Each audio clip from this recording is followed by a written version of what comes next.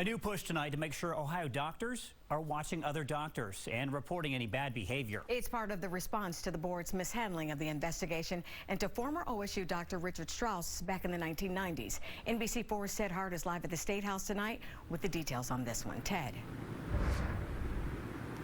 Yeah, the duty to report and to involve law enforcement right away were points of emphasis in today's meeting of the working group, the state's working group, looking into the Strauss case.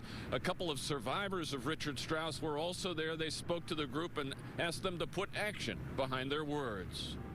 If you want to get people's attention, start taking their licenses away.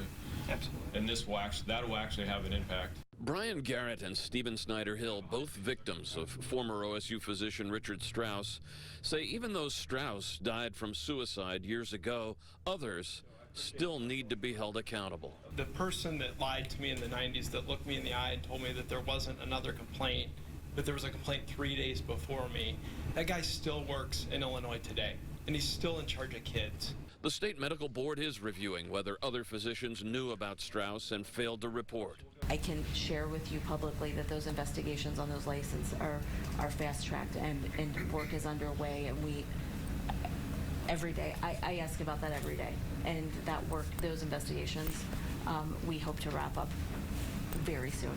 The medical board is also reviewing hundreds of other old cases of alleged sexual misconduct, cases that were dropped or dismissed. And the board is starting a new educational effort for all licensees, emphasizing their duty to report violations. Other healthcare-related licensing boards are also taking notice. Representatives from the nursing board, the dental board, pharmacy board, and others attended today's meeting of the Strauss Investigation Working Group. The reality of it is it's unfortunate something like this has to happen to kind of wake everybody up. But I think the response we heard today is they want to be honest, transparent, and they do want to have and apply best practices.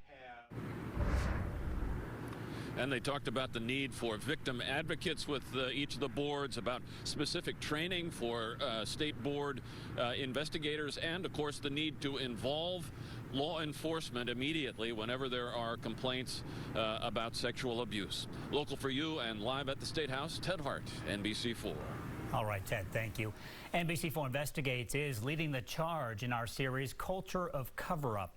Our Colleen Marshall is raising the red flags and talking to victims. Her in-depth stories and interviews can all be seen on our website, NBC4i.com.